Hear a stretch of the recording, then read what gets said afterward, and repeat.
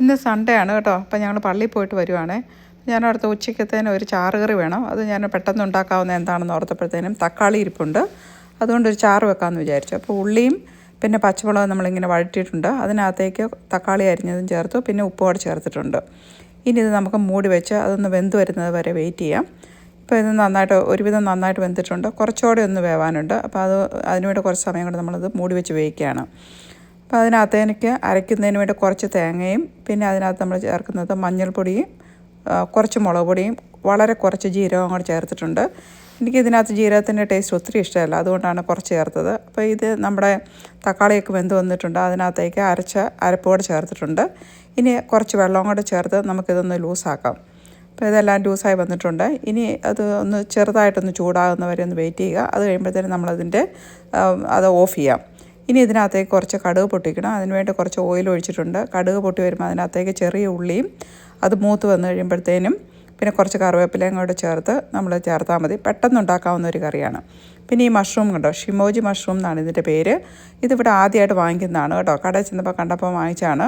അപ്പം ഇതുവരെ ഞാനിത് ഉണ്ടാക്കിയിട്ടില്ല. അപ്പം വെറുതെ ജസ്റ്റ് ഇത് നോക്കിയപ്പോഴത്തേനും കൂടുതൽ നമ്മളിത് സൂപ്പിനകത്തും അല്ലെങ്കിൽ രാമനുണ്ടല്ലോ അതിനകത്തൊക്കെ ഉപയോഗിക്കുന്നതാണ്.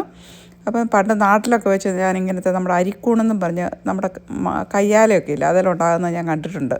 ഇപ്പം അതുണ്ടോയെന്ന് അറിയത്തില്ല. പണ്ട് മഴയൊക്കെ പെയ്യുമ്പോഴത്തേനും അതിങ്ങനെ ഒത്തിരി ഉണ്ടാകുമായിരുന്നു. ഇപ്പോൾ ഇങ്ങനെയൊക്കെ ഉണ്ടോ എനിക്കറിയത്തില്ല. അറിയാവുന്നവരൊന്ന് പറയണം കേട്ടോ. അപ്പോൾ അതിനകത്തേക്ക് ഞാൻ കുറച്ച് മഞ്ഞളും പിന്നെ അതിനകത്ത് വെള്ളം ഒഴിച്ച് നന്നായിട്ടൊന്ന് കഴുകി 2-3 പ്രാവശ്യം കഴുകി എടുത്തിട്ടുണ്ട്. അത് പിന്നെ ചെറുതായിട്ടൊന്നുകൂടെ അരിഞ്ഞിട്ടുണ്ട് കേട്ടോ. ഇത് നന്നായിട്ട് നമ്മുടെ ഉള്ളിയൊക്കെ മൂത്ത് കഴിഞ്ഞ് അതിനകത്തേക്ക് ചേർത്തിട്ടുണ്ട്. ഇനി അത് കുറച്ച് അരപ്പോടെ വേണം. അപ്പം കുറച്ച് മുളകും ഒരു ഉള്ളിയും പിന്നെ തേങ്ങയും മഞ്ഞൾ പൊടിയും ഇത്രയും ചേർത്ത് ഒന്ന് ഒതുക്കിയെടുത്തിട്ടുണ്ട്.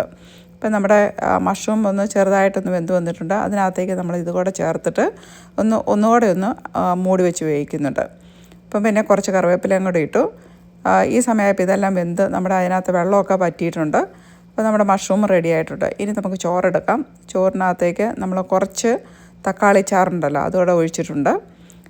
പിന്നെ നമ്മളെടുക്കുന്നത് അസ്പാരഗസ് തോരനാണ്, അതുകൂടെ എടുത്തിട്ടുണ്ട്. പിന്നെ നമ്മുടെ മഷ്റൂമും പിന്നെ കുറച്ച് മീൻ കറി എടുത്തിട്ടുണ്ട്.